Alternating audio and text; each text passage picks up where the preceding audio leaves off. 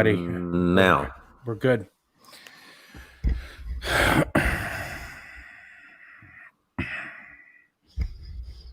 All right, we got some trade deadline winners and losers. George Kittle has gone fishing, and is it time to worry about Jonathan Taylor? All that and more on this episode of Unscripted. All right, hello, listener land, and welcome to the best damn fantasy podcast for your ears. I am your host, Randall Kennedy. I am joined, as always, by my cohorts, the Godfather himself, Paul Lundegard, and the chef, Jake B-Song. You can find them at Polly Sleepers and at DeBeezyBFF. You can find me at FF_Terminator. Okay, guys, I mentioned the trade deadline right off the top. There were some winners and losers. I got to say, Avery Williamson, he went to sleep 0-8. He woke up 7-0. Jordan Willis and Steve McClendon.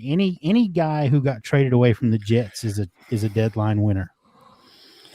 100%, dude. I love the signing of Avery Williamson to Pittsburgh, the trade. It's awesome, man. That just helps that defense a little bit more depth in the linebacker spot. They've had some good play from Spillane and from Vince Williams, so give it up. But, I mean, obviously they want to lock that down for a run here, and he's a great addition. Guy's a tackling machine. If he's healthy, he's a damn good linebacker. Yeah, I think he gives them the veteran presence that they were kind of looking for, and a nice depth piece. Yeah, I really like it for Pittsburgh. They're clearly trying to make a run. Are you, Paulie? Are you concerned? Have you seen? We mentioned earlier that we thought Big Ben was playing really well, but he's kind of looked shaky the past couple weeks. Is it just weather and matchups, or are you concerned at all about Big Ben, or is this team is really as good as they seem? Well, we're not seeing him throw the deep ball, but they haven't needed it. So, we've seen what players have been able to do in the past on the decline. Peyton Manning and the Broncos come to mind, just with a great run game and a great defense. So, for fantasy, I might be a little concerned because he's, been going from putting up 20 plus points to like 15. So he's been a little middling there for fantasy, but from Beezy's standpoint, from a fan standpoint, I wouldn't be worried. But yeah, maybe a little bit. I will throw this out there. This is the Big Ben away, and then there's Big Ben at home. Yeah, there's that too. The last two games at Tennessee and Baltimore, they were away. Their next couple matchups at Dallas, home against Cincy, at Jacksonville, Baltimore, Washington, at Buffalo, at Cincy. I mean, there's two legit teams in there, and yeah, Baltimore and at Buffalo might be a little rough, but the rest of that sounded pretty tasty. Yeah, I'm not sure how much of a legit team Buffalo is. I mean, we might can get to that later. I don't want to delve too much into, because I want to talk about some more winners here at the trade deadline. The Titans traded for Desmond King, terrific slot corner from Los Angeles. That was kind of surprising. And the Ravens jumped the deadline a little bit, getting Yannick Ngakoue. He's obviously going to help them. Mm-hmm. Seattle getting Carlos Dunlap. I thought that kind of flew under the radar. And Quan Alexander going to the Saints. I guess the 49ers have just completely given up. Does any of that stand out to you guys? Obviously not for fantasy, but from a football perspective. Quan's a great signing for sure. And like you said, the Titans signing was good there too with the slot corner. They let Jonathan Joseph go today and Vic Beasley. So I don't know who they've got that was backing up Jonathan Joseph that's getting ready to slide in there. Their secondary's been a little shaky. Yeah, no doubt. Jonathan Joseph plays on the outside. He's been not the Jonathan Joseph of old, but he's been pretty decent. So I imagine the guy that was backing him up is less than that. So attack the outside.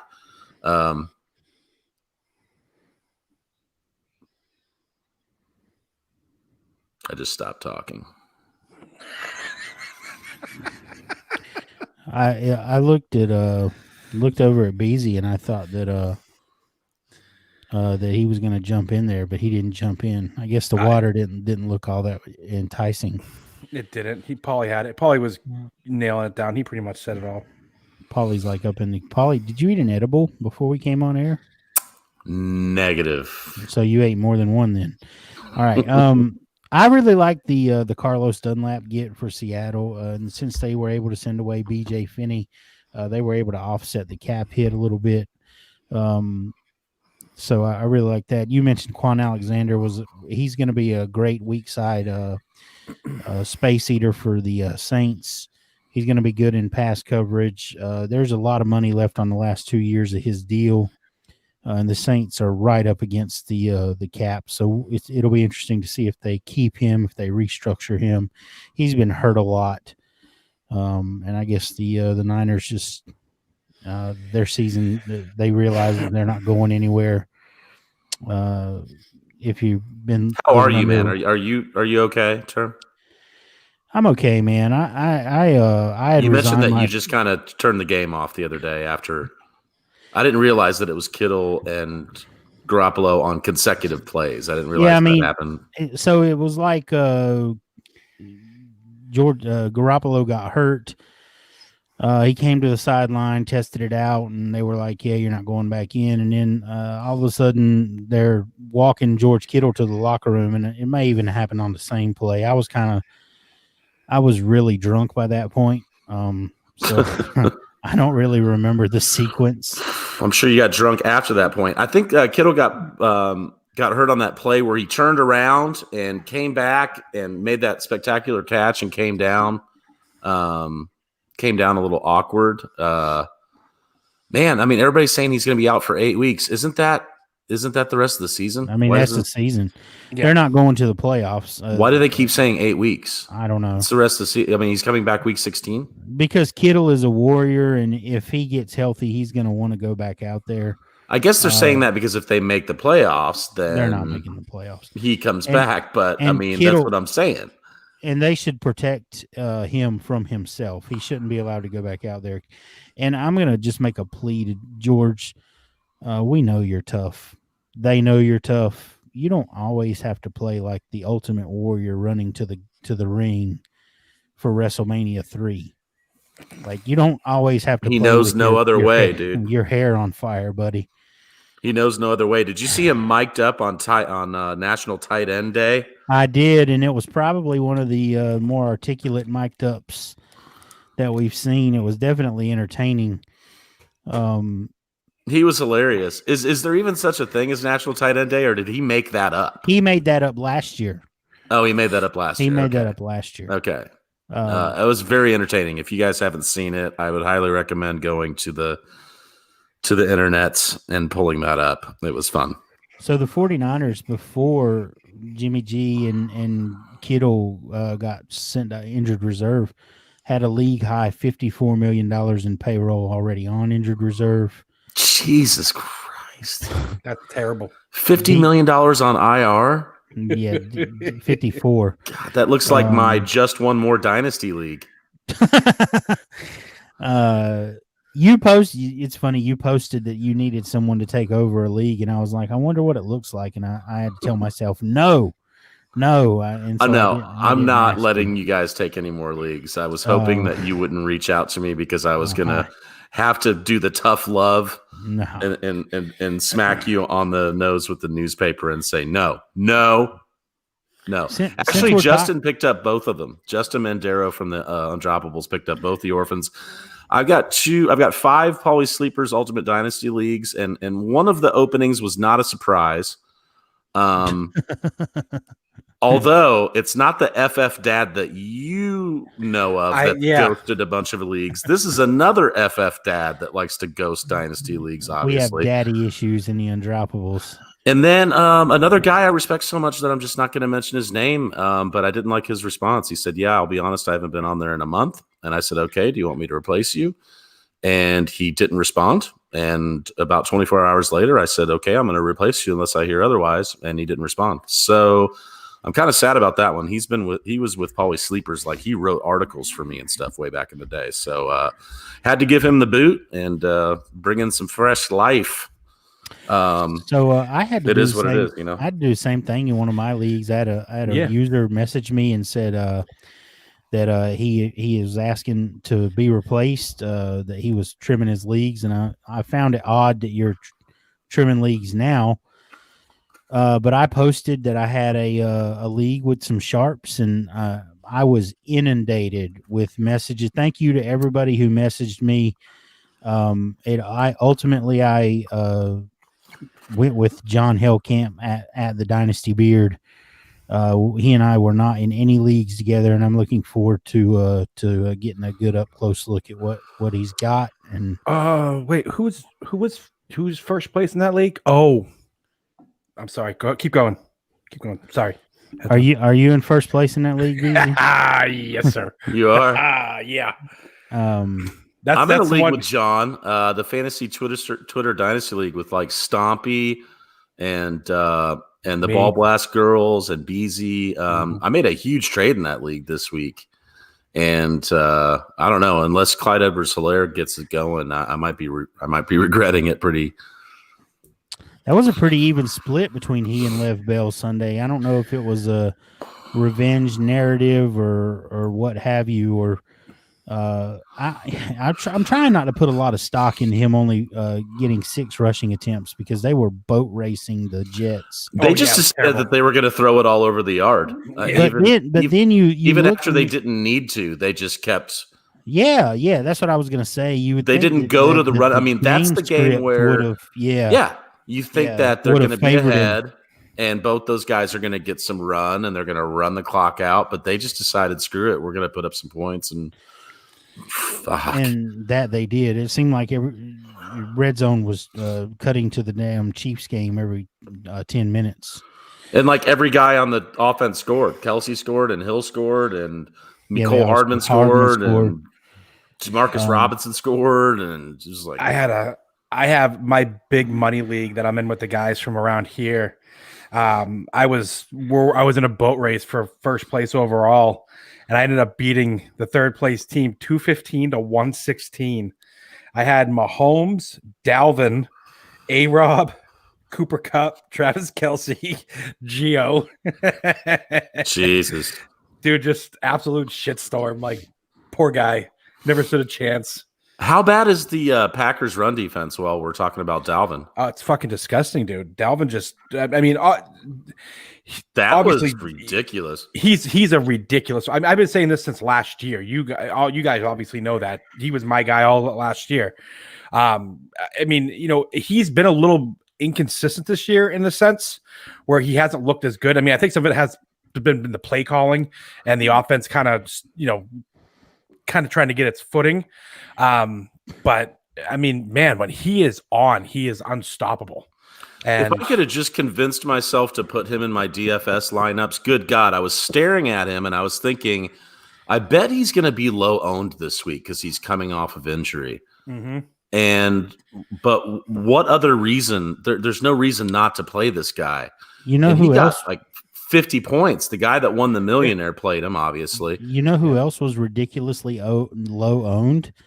Pat Mahomes was only in like 16% of lineups. Because we all thought they would probably run the shit out of the ball. Yeah. So it was crazy. It's crazy. You mentioned the Packers run defense and the 49ers. They play Thursday. I'm not sure Aaron Jones is gonna make it out there for this game. I'm wondering just how hurt he actually is.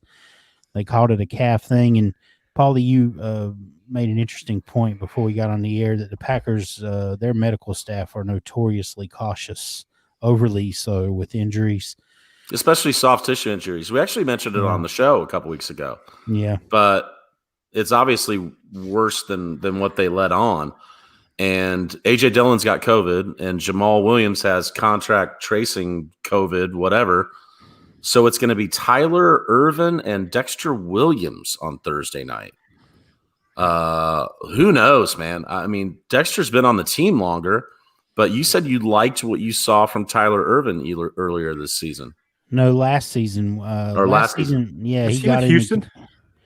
No, he was with Green Bay. He got in the game with the Packers, and he looked pretty good. And I picked him up in a few leagues based off of that. But man, it's been so long, and we've had so many injuries and so much bull crap between now and then. I had to cut every share that I'd picked up. Well, he's an interesting pickup because he has dual eligibility on Yeah. Yahoo and Sleeper. So I don't know, man. I mean, times are tough.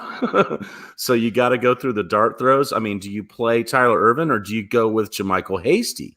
Let's talk about the Niners backfield situation a little bit. Everyone's all over Jermichael Hasty. He didn't look fantastic Sunday, but then again, none of them did. McKinnon actually closed out the game, scoring the touchdown late, and so I think both of those guys are going to be involved. To what extent, who knows? The Niners should be behind. And the game script would seem to favor McKinnon more than Hasty this week. But we've seen where instances where game script doesn't really mean a lot, like we just talked about the Chiefs game.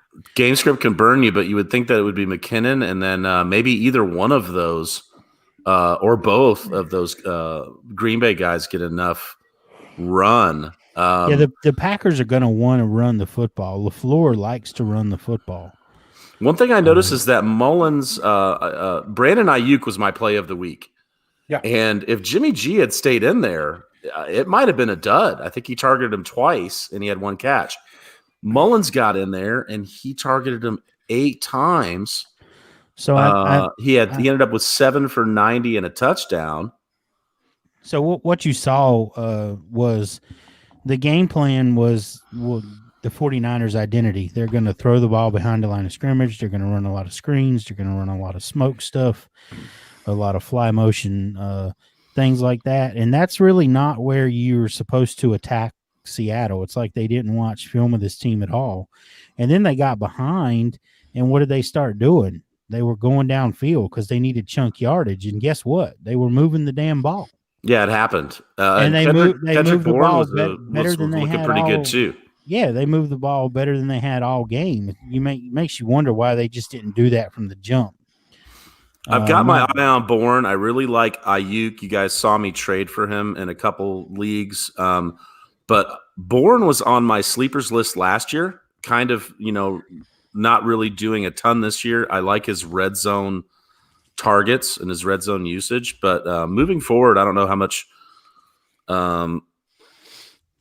they're going to be running the ball and doing their what their identity is. Like you said, I think it's going to have to be playing from behind and throwing downfield. So that favors Ayuk and Kendrick Bourne. I like both of those guys moving forward. I do as well. And I think the play for the tight end for the 49ers is definitely going to be, for as long as he's healthy anyway, it's going to be Jordan Reed. So for 3 quarters on Thursday? Yeah. I know I grabbed a few shares. Well, not grabbed, but I put in a few shares for Ross Dwelly just to throw him on a bench. Yeah, you got to handcuff Jordan Reed. you Isn't do. that sad? Which is sad. Yeah. Deebo Samuel's already been ruled out. Tevin Coleman's already been ruled out. Tevin Coleman, they probably should just take him out back and shoot him. Yeah. We talked about it last week. I mean, he was like number 4 on the depth chart in preseason. What about our boy, Mostert? When's he coming back? I know. Looks like it'll probably be at least a couple of more weeks before we see Mostert. I'm worried about if the 49ers lose, and they should lose Thursday. Will they shelve him? Exactly. Who knows? Who knows what they're going to do? It doesn't fit the MO of a Lynch and a Shanahan team to shelve guys. I haven't seen it before, but who knows? They cut Dante Pettis today. They tried to trade him. Dante Pettis.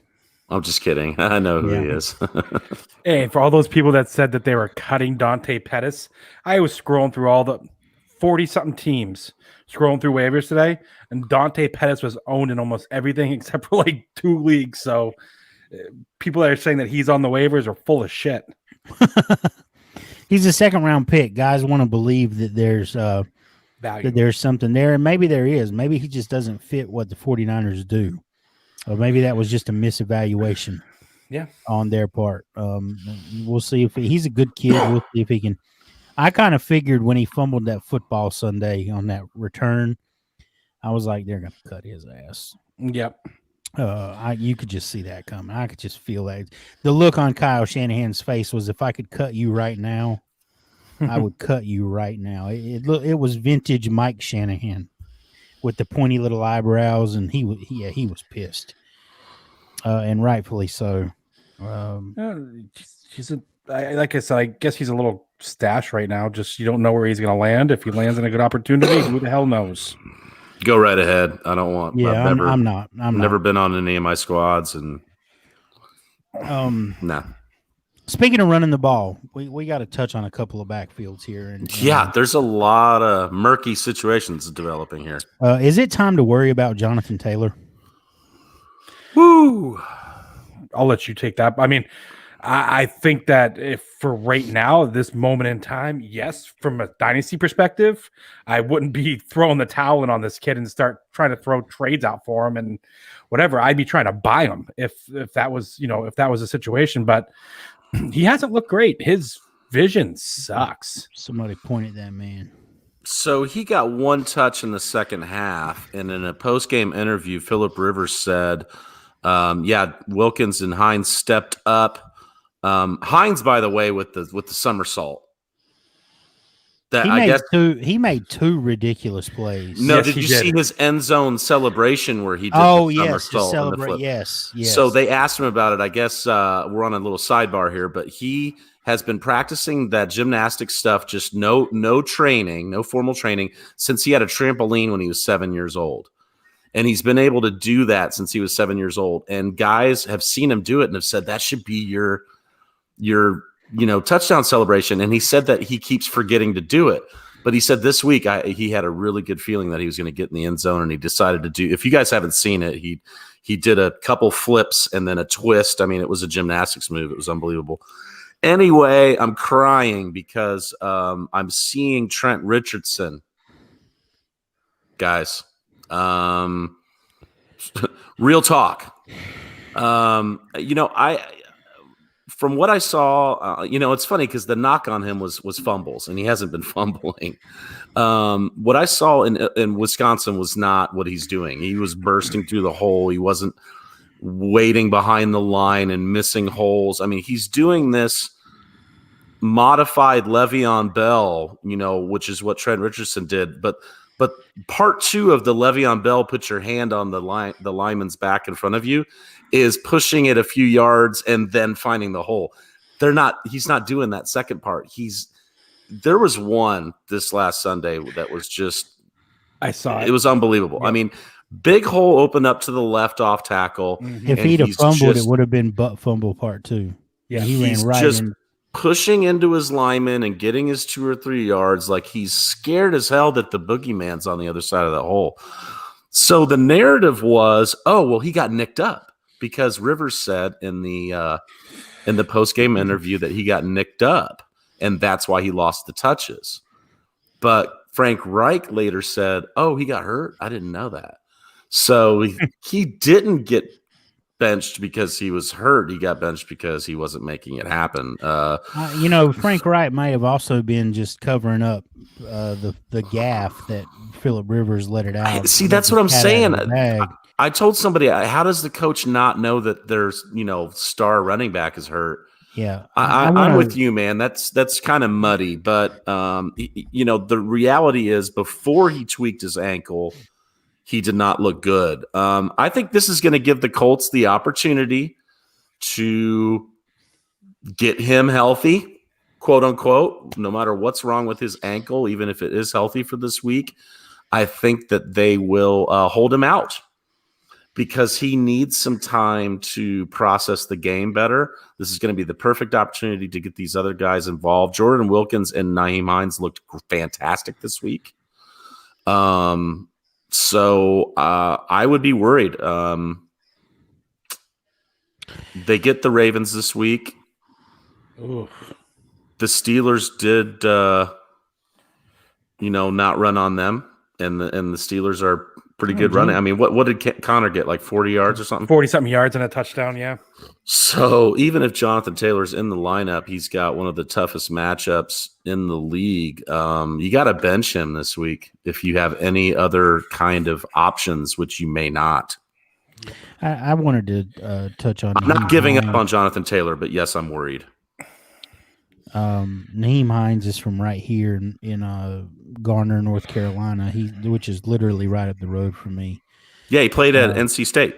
He played at NC State. He was a kid who, during the recruiting process, I got to speak to his family at a couple of games. Oh, wow. I really thought he was going to go to Duke. Duke really wanted that kid. He's a fantastic kid. He's a very smart kid, and I'm really happy to see him doing well. So kudos to him. I was excited when we drafted him. He played 2 years as a wide receiver and then converted to a running back. So he got good work at both positions. So he's very versatile. Having said that, Hines, he had that blow up game week 1, and then everybody played him and he did nothing.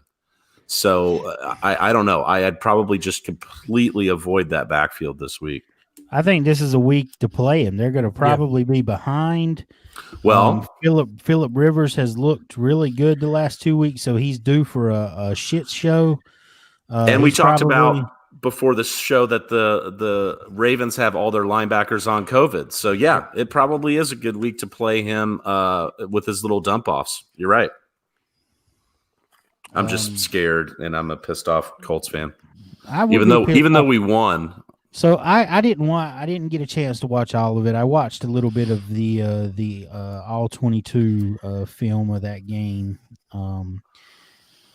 and I'm not gonna. Everything I'm about to say is gonna sound like an excuse. So I'll preface it by saying that I have just picked up another orphan, so I have 48 dynasty teams. Jesus Christ! I own 0 shares of Jonathan Taylor. 0. Okay. So what it looks like to me is he gets in the game and the offensive line forgets how to block. And they're not blocking it up for him very well at all. They look like 2 different units. Case in point, he gets the ball. They're on the goal line. They hand it to Jonathan Taylor. He gets fucking stoned. It looked like he ran into Stonewall Jackson and the damn Steel Curtain defense. The very next play, they give it to Wilkins, and he goes untouched into the end zone, and he turns right back around and scores the 2-point conversion to get the snowman. I don't want to make excuses for the kid, but if like BZ said when we started this little segment here, if I'm in a dynasty league, he's a guy I'm going to throw some feelers out for right now, because his value will never, if it gets lower than it is right now, it's because we found out the kid can't play. Yep. Bingo. So right now his value is at a point where I'm going to go try and buy him. Yeah. Go ahead, BZ. Look like you got one. Things have to get better.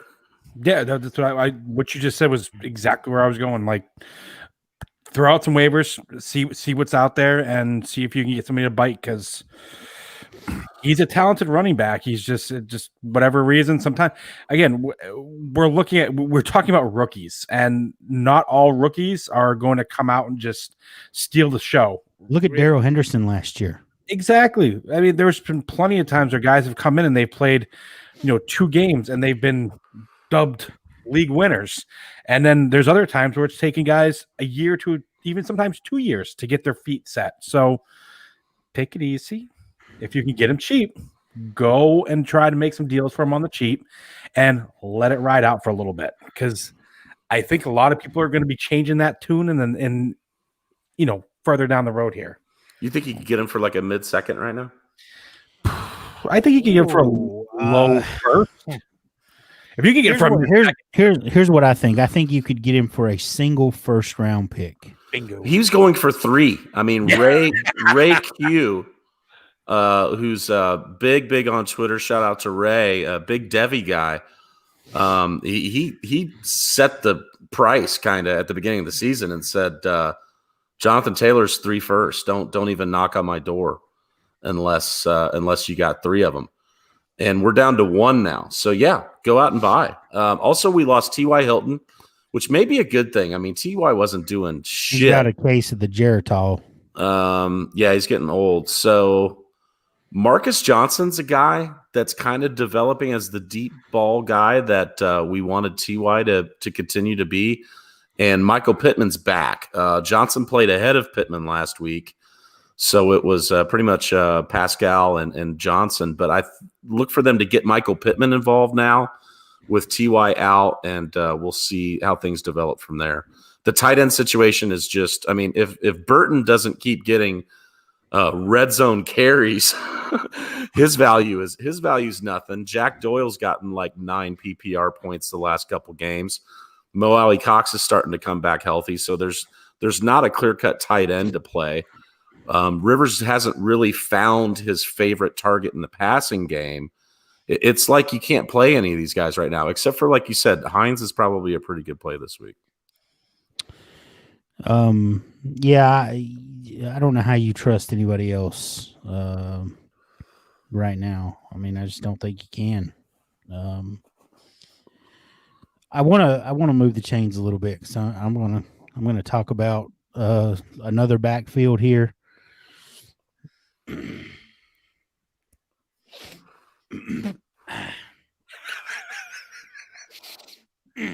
Oh God, I know where this is going right now. Oh, It took me a sec to catch it, but now I got it. We kind of saw this coming last week when Zach Moss returned from his toe injury and looked like the best back in Buffalo. Which is And I told people on Twitter that the New England Patriots had just given up 200 yards on the ground to the 49ers. They had just allowed the 49ers to run for 4 touchdowns. And that if there was going to be a game where Zach Moss was going to get off, this was going to be it. And he did. take your lap, baby, because I don't know how much you posted about it, but you said something in my thread. So I retweeted and said, guys, if you've got Zach Moss, this might be a damn good week to play him with the weather the way it is. I had a lot of people thank me, and I said, I think I tagged you in a couple of those and said, don't thank me. Thank Turn. I just regurgitated the shit. He rushed 14 times for, I think it was like 84 yards and 2 touchdowns. He got 6 red zone carries to Singletary's 1. Mm-hmm. They played about the same number of snaps. It was 31-28 in favor of Moss. They got about the same number of touches. But I think what you're seeing is a changing of the guard in Buffalo. And Moss could turn into that. I hate throwing this around, but he could turn into that league winner type player where the weather is going to be nastier and nastier. The Bills are going to have to run the ball more and more.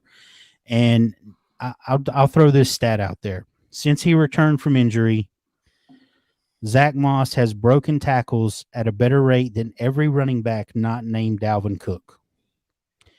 He has looked great. He's looked great. He hasn't looked phenomenal or anything like that, but he's looked really good. The red zone looks is what, you know, premium touches is what I like. Is what changes things. But I also said it would be a 50-50 split, and God damn it, 14 for 86 yards for Singletary, 14 for 81 yards for Moss. And too bad they didn't get any passing work is probably the weather, but Singletary got 1 catch, and Moss was not targeted in the passing game. I think Singletary actually had one more carry than Zach did. No, they were both 14. But yeah, you're right. Moss gets I'm looking at the stats right now, term 14. But But Moss gets the red zone looks. Now, if Singletary gets the passing work, it's going to even out, and it's still going to be a 50-50 damn split. But the man does look good. I will not deny. I think he's going to start eating more and more into Singletary's work. Singletary had a chance while Moss was injured to put his stamp on this backfield and kind of be like, look, this is my backfield. And he did not. And he did not do that. No. So now what you've seen, Moss has come back and he's looked really good, and he's got a chance, and he's got another tasty matchup this week. Seahawks. I think they get the Seahawks. The Seahawks are nothing special on defense. Then they play at the Cardinals. Then they play at home against the Chargers, who are not good against the run. Then they play at the Niners, who are just decimated. The Niners are like the guy on Monty Python's Holy Grail right now, trying to fight with it's no just arms, a flesh wound. no arms and no legs, going, come on, it's just a flesh wound.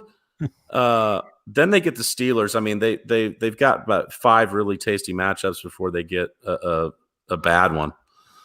They finish off the season against the Broncos and the Patriots. They've got a really nice schedule here, closing things out. So yeah, I really like Moss. If he's out there on your waivers for whatever reason, I'm sure he's on every dynasty roster. But if you're in redraft leagues and someone had needed the room or got impatient or dropped him while he was hurt, go pick him up. Yeah, absolutely. I was unhappy to see that he was already rostered in my league of record because I traded away Clyde Edwards-Helaire and I had Hunt and Taylor, and Hunt's on a bye week and Taylor is hurt / sucks. So I need to pick somebody up this week. It hurts, man. It hurts. We're talking a lot about backfields this week, but there's a lot more to talk about. I mean, Myles Gaskin is a surprise IR candidate right now with a phantom MCL sprain that he did not get hurt in the game, and I did not see any reports from practice that he was hurt either. So what's going on over there? Beasley, you like Beretta or Howard, or they just picked up DeAndre Washington, Patrick Laird, Salvin Ahmed? I mean, dude, this is like the pick your poison. I mean, I don't even know. I mean, I guess Breda's probably gotten to be involved. You know that because he was in the backfield rotation with Gaskins. I mean, I would love to see Jordan Howard get a shot at this again, which is wild to me that they're just letting him like rot on their bench. But he's been like a healthy scratch. Yeah, which is just it's insane. Like, I mean, he is a good running back. I mean, he's not the 3 down, back that everybody wants, in their fantasy lineups, but that kid can run, and I just don't get it. I'm going to avoid it, and yeah, there you go. Just not even bother grabbing Losing Gaskins hurts me, man, because I've got him on so many of my squads. He was just buried on my taxi squads and activated this year, and has made up for so many injuries. But if one could identify, did you see the report that the Dolphins decided to start Tua because they've got Houston's picks? The Houston's picks. That really doesn't make any sense to me. That doesn't make any sense to me one bit. So okay. Cool. It didn't to me either all day until about 45 minutes ago. It hit me over the tongue. They think Houston's going to be like in position for the number 1 pick, right? They have, according to their analytics nerds, they have a 35% chance of getting a top 5 pick, which lands them in a situation to get one of the top quarterbacks in the draft next year, which is going to be Trevor Lawrence and Fields and maybe this BYU guy looking really good. So they want to know what they have in Tua to be able to decide whether they should pick a quarterback in the draft next year.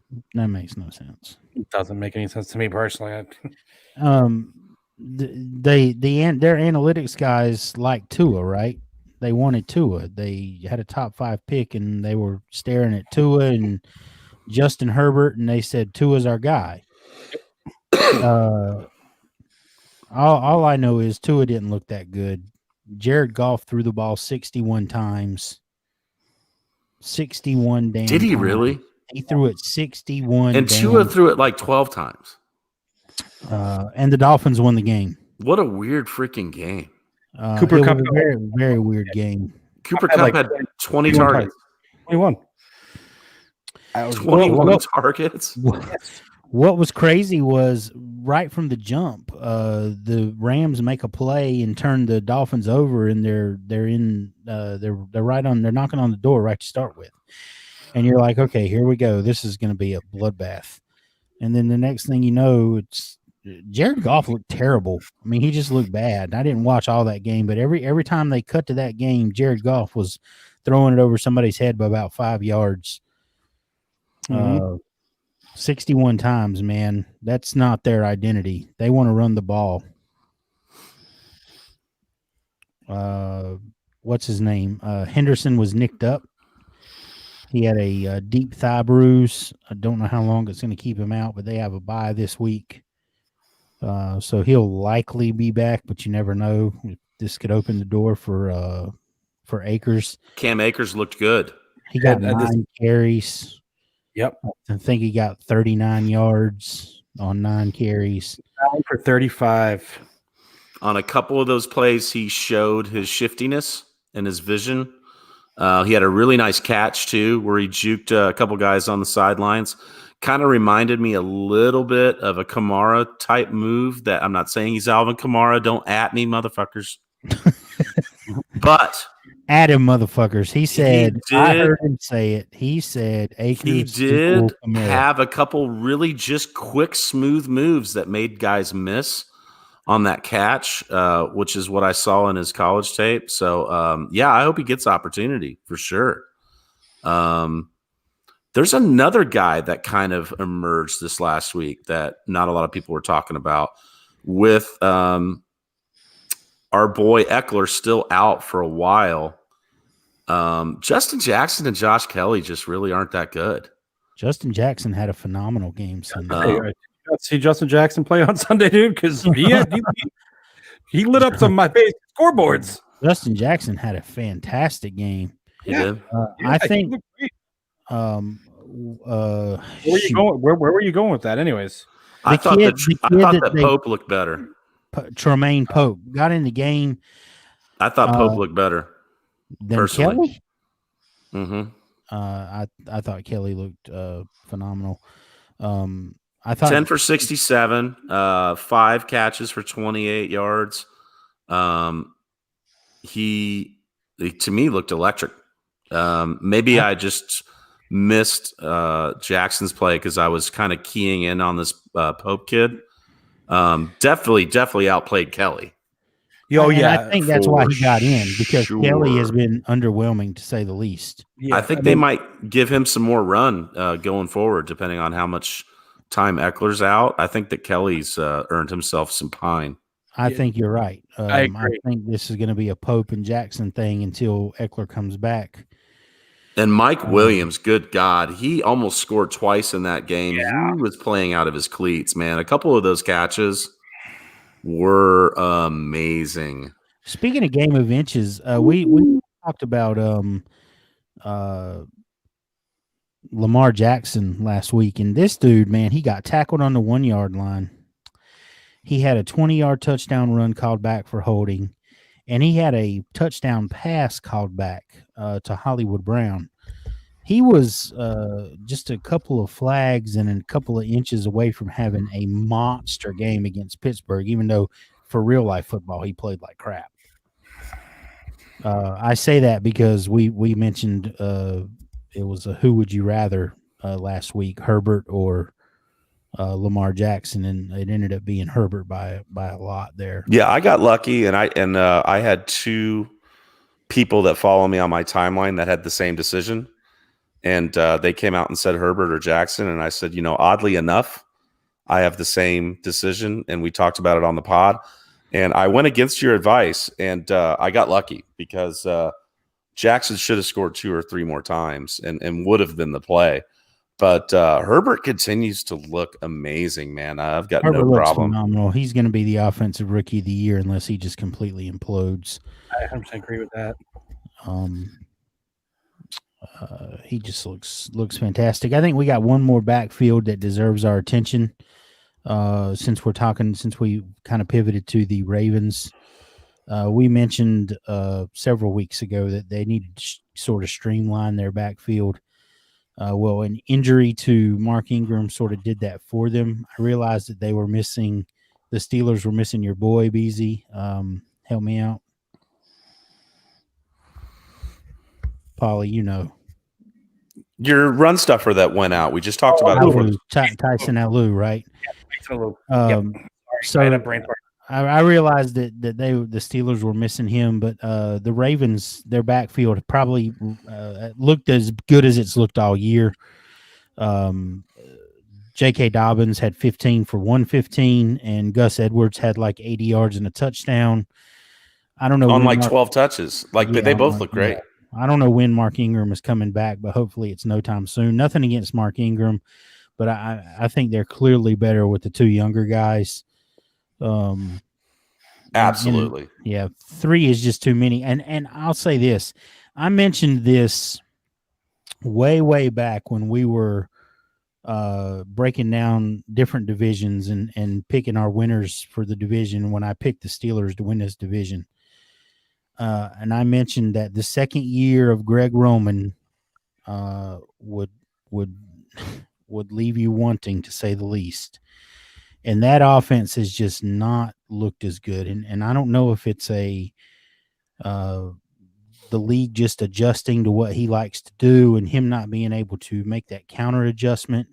He can't connect with Hollywood, man. Yeah. There's been so many plays. You could do a low light reel of dozens of plays where Hollywood was open and he couldn't connect with them. And this offense there's something not clicking. It just doesn't look the same. And so I think they'll make the playoffs. They'll be fine. They're going to beat a bunch of teams, but they're not going to beat Pittsburgh. Nope. Ain't going to happen. Speaking of Pittsburgh, they get a nice scrimmage game this week. Who's starting for the Cowboys? Cooper Rush or me? Jerry just called me. Okay. Yeah. He dialed me up. Okay. Well, you're screwed. Kind of looking at my high school tape from 1999, and he said, "You're our boy." So, in all seriousness, Andy Dalton has COVID, so it was announced pretty much immediately that Cooper Rush would start, but now they're saying that it's going to be an open competition between him and Garrett Gilbert. Garrett Gilbert from the Browns. Gilbert sounds like the kid that started next to Billy Bob in Varsity Blues. Yeah. It's but it's a nerdy football name. Garrett Gilbert. Either one of those guys is screwed. I mean, we talked about it on my timeline today. There's no startable Cowboys this week. So Steelers 8-0? Except for maybe Tony Pollard. I mean, I'm starting Zeke. You have to start Zeke. I don't think you do. Have you seen what he's done the last 3 games and the Steelers defense? I'm starting Zeke. I have to start him. If I own Zeke, I have to start Zeke. You remember in the listener league when I took Dalvin Cook over Zeke and you were like so happy? Yeah. Do you still feel that way? No. I'm really digging my team in the listener league, by the way. It's getting stronger and stronger every week. I got Chase Edmonds ready to come off the bench and lead the way for a Gimpy Drake, and it's wheels up. First place. I feel pretty good about it. Yeah, I was right behind you, and then I lost this week because I fucking started somebody that fucking didn't play the whole game. I'm there, but that team is. Speaking of starting guys who didn't play the whole game, Kenny Golladay really effed me. God, dude, he fucked me in like 4 leagues. I'm so bullshit. But it really opened the door for this is a guy who really should go throw some cash down on him. Don't go crazy, but Marvin Hall. Yeah. I think what did he have, like 4 of 7 for 115 yards or something like that. He was Stafford's go-to guy. What the fuck do you make him? I apologize for the F-bomb, but what the fuck do you make of Matthew Stafford having 2 smash spots in a row and throwing up 2 duds and then going against one of the league's best pass defenses and throwing up 35 fantasy points without Kenny Golladay? I don't even know what to do with Stafford. I mean, I don't even. When you think Stafford's going to smash, he falls, and when you think he's going to fall, he smashes. It's his thing. He I has the told potential y'all to a go long up time anyway. ago. Our secondary is not as good as everybody thinks it is. Yeah, It's you did really say that. not. Maybe that's why they think Phillip Rivers is so good. Yeah, maybe. Marvin Jones scored a couple times. Hawkinson is establishing himself really well. He really is. These guys are all plays this week. Marvin Hall came in last year and had a couple big games where it was just like, a couple deep targets that they connected on. But he's going to be that deep ball guy. And they've got the Vikings this week, whose secondary is not good. So That's one way to say it. Marvin Jones and Marvin Hall and Danny Amendola are probably, and Hawk, they're all plays this week. Hawk, definitely. The guy that they want to get going is Quintez Cephas, but I think for now, Marvin Hall is going to get the nod. I think Cephas is not quite ready yet, but he's a guy that I would keep an eye on. How much time is Golladay going to miss?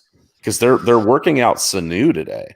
They said he was definitely out this week and was going to be week to week after that.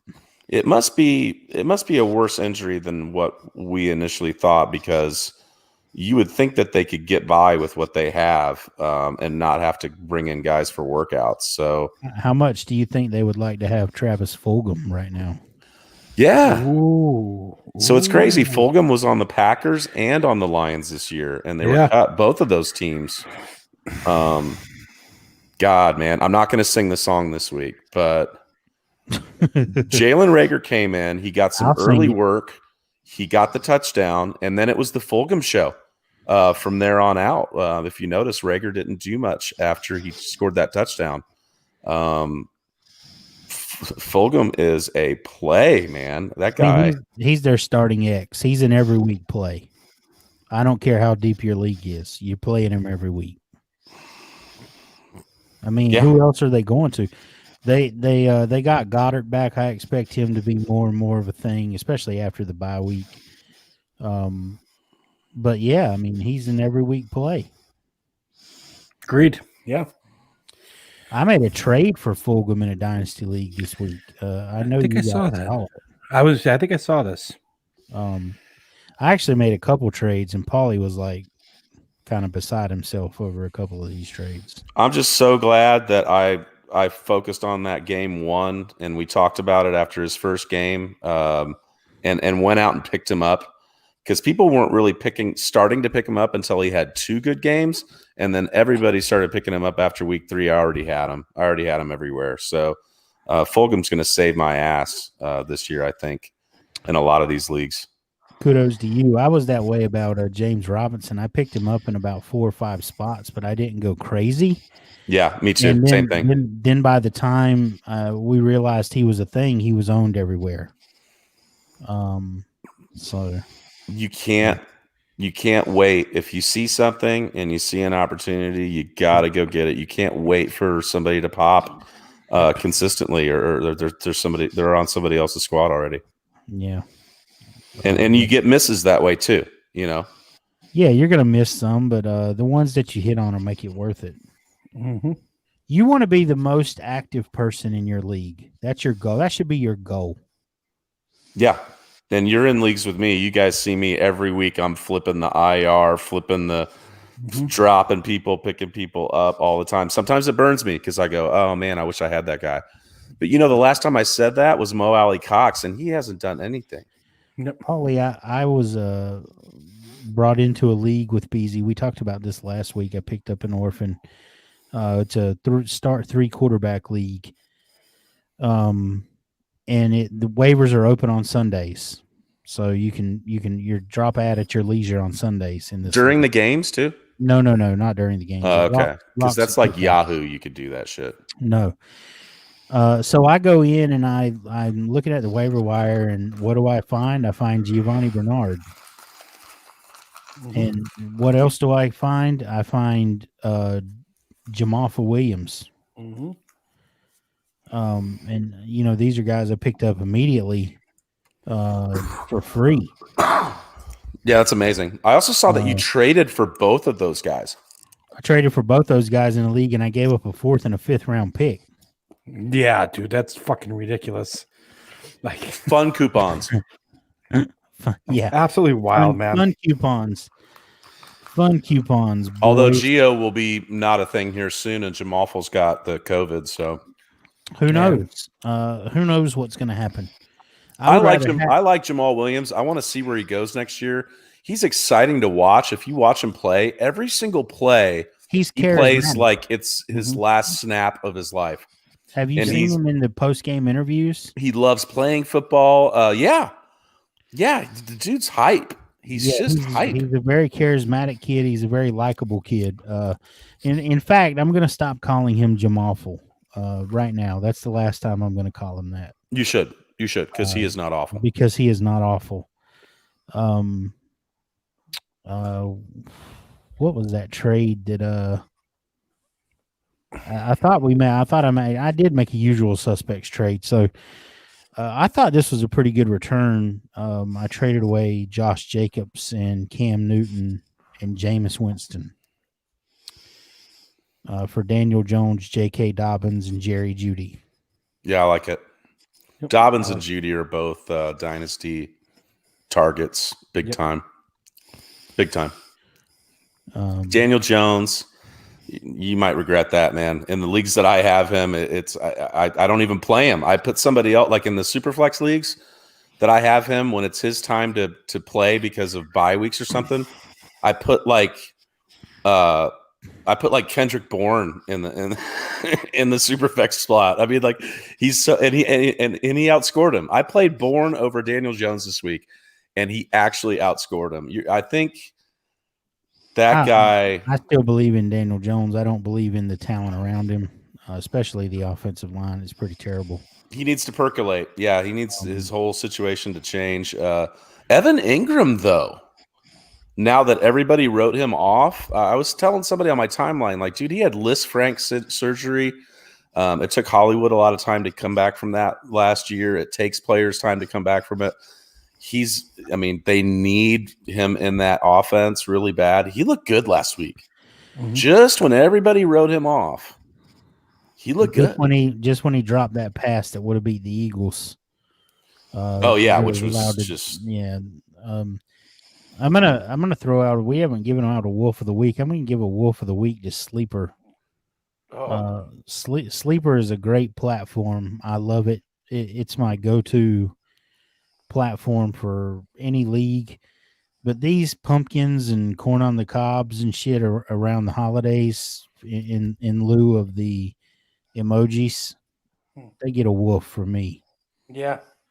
I'll second that, wolf, dude. I want the app to run right, and it keeps closing on me, and just a bunch of bullshit, and it's cool, whatever. People like it, and that's how they make their money. But you guys are great. I just don't need the corn on the cob and the pumpkin and the witch's hat, and I don't even know whatever the fuck else.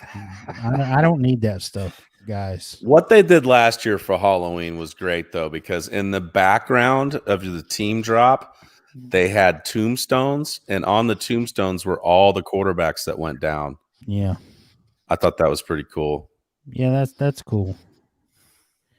So that's my wolf of the week. I don't know. Do you guys have a wolf? My wolf would probably be to Matt Patricia to use DeAndre Swift a little bit more. Third worst coach in the league. Yeah, like fuck, man. Like, God, dude, it pisses me off because it's like this. You can see that Peterson is just not getting it done. He's just kind of like, cool. I got you 3 yards here. I get you 6 yards there. That's about it. So Paulie mean- mentioned last week about Peterson's yards per carry every week going down, and then someone on Twitter kind of parroted his stance there. It was Pro Football Network. Yeah, Pro Football. It was Pro Football Network that pointed out that his yards per carry, because it again went down this week. Yes, it did. That his yards per carry has gone down every single week that he's played. And I tagged myself and I was like, what the hell, guys? Are you going to credit Paulie Sleepers for the – yeah, they literally – if you guys listen to the podcast, they literally stole what I talked about last week. Kerryon Johnson got a bunch of run. I don't get it. It's like they wake up and throw a dart and it's like, here you go. Carry on today. It's carry on today, guys. You can't trust Matt Patricia. It's just absolutely horrible. He's not a good coach. No, fire his ass. I don't know why he's still employed.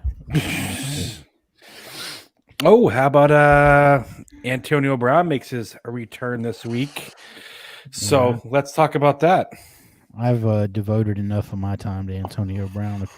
If you guys would like to talk about it, feel free. I still can't believe that anyone would employ him. And that's just how I feel about that. Well, Arians was asked about it from the standpoint that, you took last week was, there are still rape charges and it's not a good look. And they asked him about it and he said, I'm going to let the judicial system take care of that. And if there's any resounding evidence or any type of, conviction, he's gone. I mean, what are we supposed to say? So I know they want to win games. I mean, that's the NFL for you. You get more opportunities than you probably should. I don't think the guy should be playing, but he is, and he'll get 8+ targets next week. Bingo. Guaranteed. Yep. Guaranteed. Yep, he is. Gronk's value, I think, goes down a little bit because Antonio's there. I don't know what to think about Godwin. Mike Evans has already been reduced in his role quite a bit. So from a fantasy perspective, looking at the schedule, the only one of these guys I want is Tom Brady. Yeah. The backfield's murky. The target distribution is going to be all out of whack. Godwin and Evans aren't going to be there. I mean, yeah, you're right. Did that fumble cost Ronald Jones his job? It's ridiculous. That ball was tipped at the line of scrimmage, and it was going end over end over end, like spinning sideways. He had to turn around and drop to his knees. It was at his ankles, and he dropped the ball, and he got benched for that? Mm-hmm. Ridiculous. I'm sorry, ridiculous. I get it. I know the Arians, that's the way he coaches. If you fumble, you hit the bench. But that one should not have counted against Ronald Jones. Jesus, man. I'm sorry. You can't be expected to catch that fucking ball. I actually did not see that particular play yet, so I can't tell. It was his first fumble in 167 touches. Yep. It was a dump off pass. Kind of did a little hitch route, and the ball was batted at the line of scrimmage. It was spinning sideways. I already said it once. It should not have earned him a bench spot. I'm torn because I really like Ronald Jones and I really like Leonard Fournette. And in my league of record, I advised my best friend last week. I advised him. I was like, dude, before Fournette comes back, you need to trade Ronald Jones. I would sell high because that was good advice. I said, Fournette is going to be involved. And he said, I don't know, man. I think Ronald Jones has earned the role. And I was like, brother, if you listen to me at all, if I could find a partner, I would move him. Yep. And so he didn't find a partner last week, but he traded him today.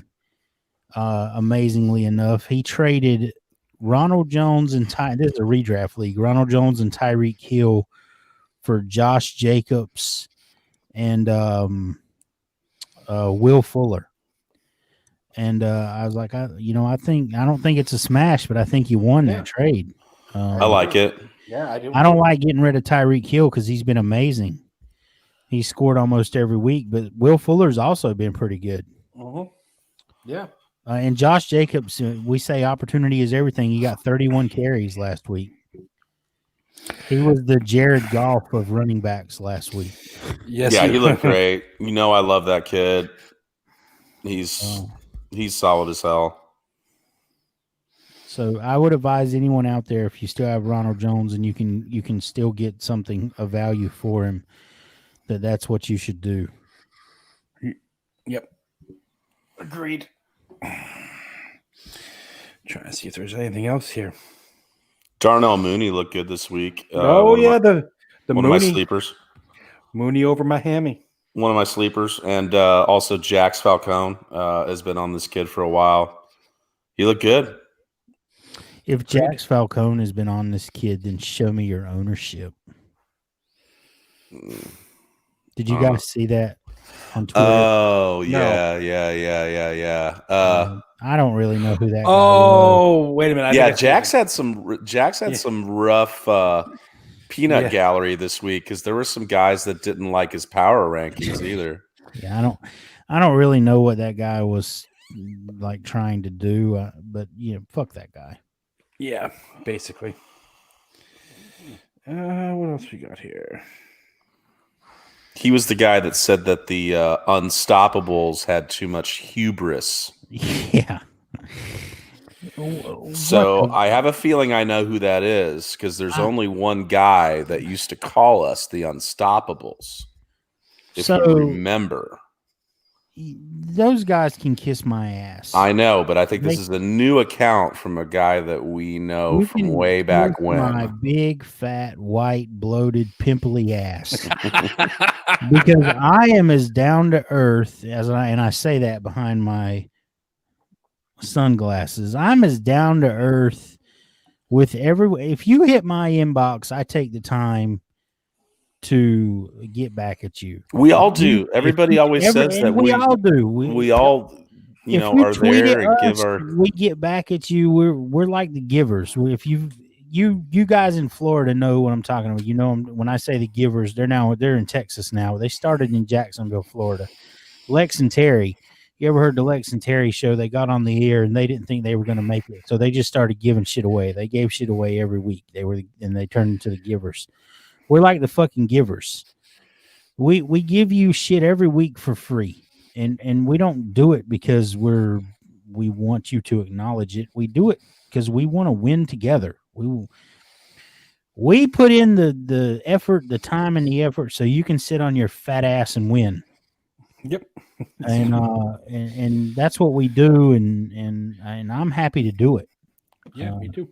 Yeah, there's a couple, there's always going to be a couple haters. Man, it has nothing to do with ego or anything like that. I'm genuinely trying to help people here and genuinely trying to help them at a little hobby that I am quite fond of. Hell yeah. So, and I think we all are.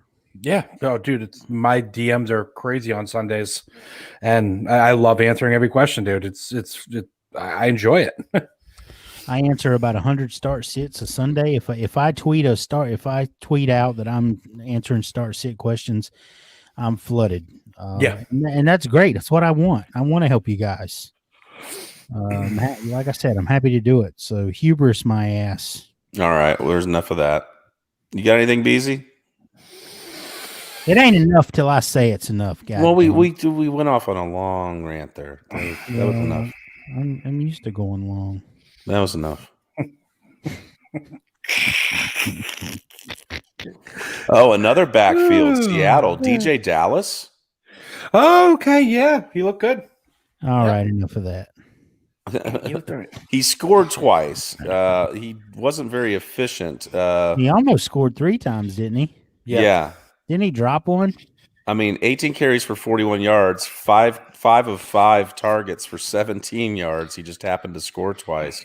Russell Wilson, this is our friend at Dynasty Game Theory likes to say Russell Wilson is a tide that rises all boats. Yep. I had Yeah. fun picking up Colby Parkinson this week, the tight end that came off the IR for them. Just toss him in there and just toss him on the bench and just see what happens. David Moore. David Moore, there if you go. If you need a dart throw, you could throw him in there anytime. Wayne. What about Freddie Swain. My DK guy. Metcalf? Is he Calvin Johnson? Dude, he is. Did you see that trade I made in 3.0, dude? Yeah. Justin Jefferson for DK Metcalf straight up. Yeah, I don't get that. I didn't get it either, but I smash accepted that, and woo. Yeah, that's looking better than my DK for Chris Godwin straight up, but still, I'm liking that one too. DeKalen Zacharias Metcalf. That guy. I tweeted out that I was most, and this is from a 49er fan perspective. Don't at me, 49er fans. I don't want to hear your shit. Okay. I'm red and gold till I'm dead and cold. But what excites me the most about this kid is that his game Sunday isn't even close to the best game we're going to see from this guy. I agree with that. Yep. 12 for 161 and 2. Nah, I mean he's gonna. He'll have a 200-yard game, just like he'll have two. Just like Megatron. 4 touchdown games. Yep. He's a beast. And yeah, I hate that he plays for Seattle. And I hate that he plays with Russell Wilson. And I hate that I got to go against him twice a year. But he's still a beast. He is. He is, dude. Love this kid. Trying to buy him up where I can on the cheaple. How did the quarterback playing at Mississippi not get drafted, throwing to A.J. Brown and DK Metcalf? I have no fucking idea, man. That's just wild. Oh, speaking of quarterbacks, Jake Luton is starting for the Jags this week. Jake Luton. Cool. Did somebody hit mute? No, we're just Did somebody hit the mute button? that's big. Cool story, dude. Cool story. And that's all I have to say about Yeah. that. So don't start any Jacksonville Jaguars wide receivers. And Who knows, man? He might lock in on someone, and he might. But are you going to start him this week? I think you have to start if you're in leagues like us with these multiple flex leagues. Can you afford to keep Chark on your bench?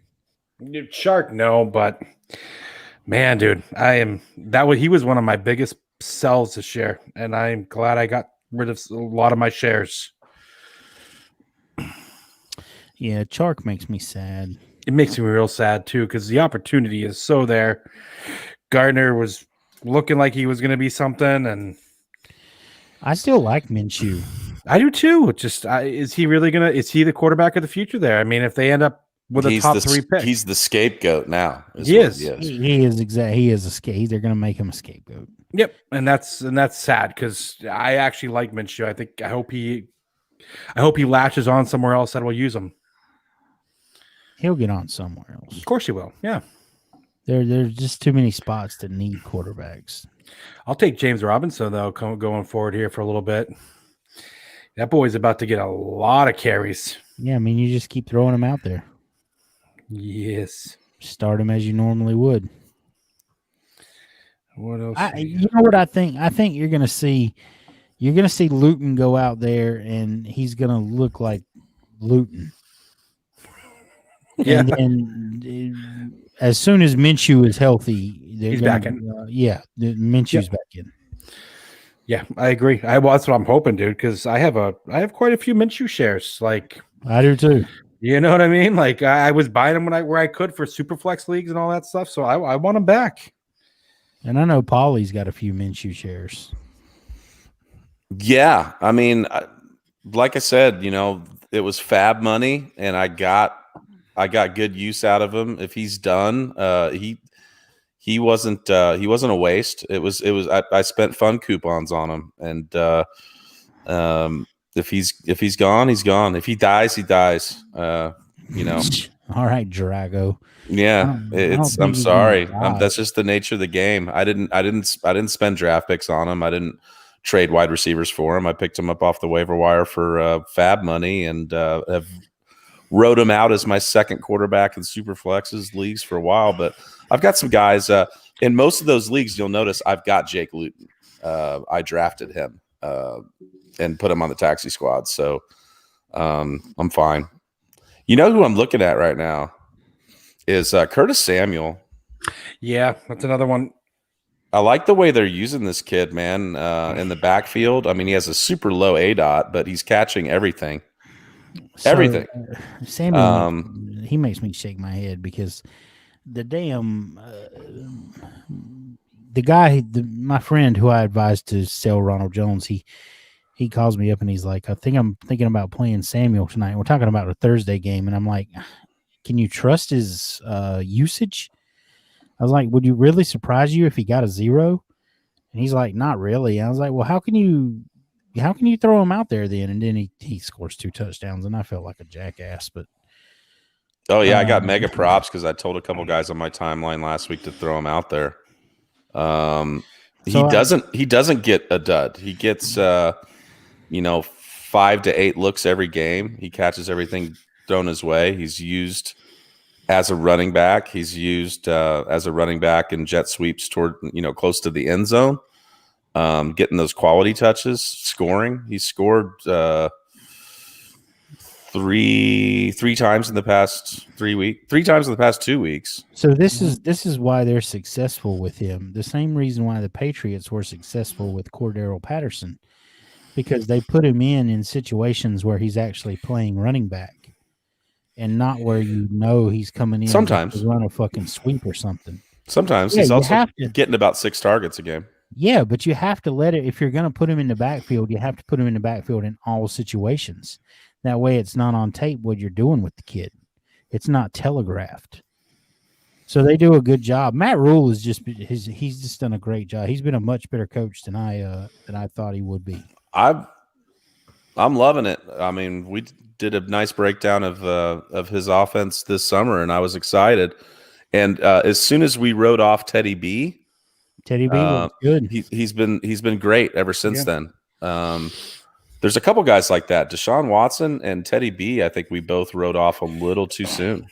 They've both been great for fantasy.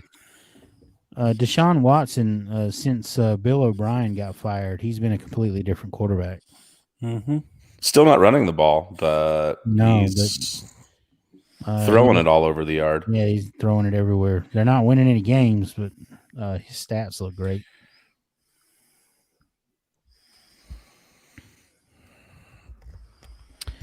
What else? I think that's about it, boys. And I was trying to scope through to see if there's anything else that we're missing.